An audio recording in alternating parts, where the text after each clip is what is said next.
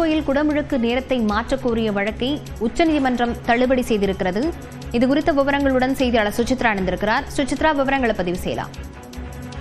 வரும் ஜூலை 7ஆம் தேதி நடைபெற உள்ள திருச்செந்தூர் மகா கும்பாபிஷேகத்தினுடைய நேரத்தை மாற்ற கோரி கோவிலை சார்ந்த சிவராம சுப்பிரமணிய சாஸ்திரி தாக்கல் செய்த மனுவை தற்போது உச்சநீதிமன்றம் தள்ளுபடி செய்து உத்தரவு பிறப்பித்துள்ளது. நண்பகலில் வரும் அபிஜித் முகூர்த்தத்தில் இந்த ஒரு மகா கும்பாபிஷேகத்தை நடத்த வேண்டும் எனவும் நிபுணர்கள் குழு அமைத்தது ஏற்க முடியாது, அவர்கள் வெவ்வேறு சம்பிரதாயங்களை பின்பற்றுவர்களாக இருக்கிறார்கள் என்ற ஒரு குற்றச்சாட்டை முன்வைத்து இன்றைய விசாரணையின் பொழுது மனுதாரர் தரப்பானது வாதிட்ட நிலையில் உச்சநீதிமன்றம் தற்பொழுதைய நிலையில் தலையிட வேண்டிய அவசியம் இல்லை என்ற ஒரு கருத்தை நீதிபதிகள் தற்பொழுது தெரிவித்திருக்கிறார்கள். மிக முக்கியமாக இந்த விவகாரத்தில் தேவைப்பட்டால் சீராய்வு மனுவை உயர்நீதிமன்றத்தில் தாக்கல் செய்து நிவாரணத்தை பெற்றுக் கொள்ளலாம் என்ற ஒரு அறிவுறுத்தலும் மனுதாரர் தரப்பிற்கு தற்போது நீதிபதிகளால் வழங்கப்பட்டுள்ளது மிக முக்கியமாக பார்க்கப்படுகிறது. பிரசாந்த் குமார் மிஸ்ரா மற்றும் ஜார்ஜ் மசாய் ஆகிய 2 நீதிபதிகளாக அடங்கிய அமர்வு என்பது மனுதாரனுடைய இந்த மனுவை குறிப்பாக திருச்செந்தூருடைய மகா கும்பாபிஷேக நேரத்தை மாற்றும் அந்த ஒரு கோரிக்கையை மறுப்பு தெரிவித்து மனுவையும் தள்ளுபடி செய்து உத்தரவை பிறப்பித்திருக்கிறார்கள்.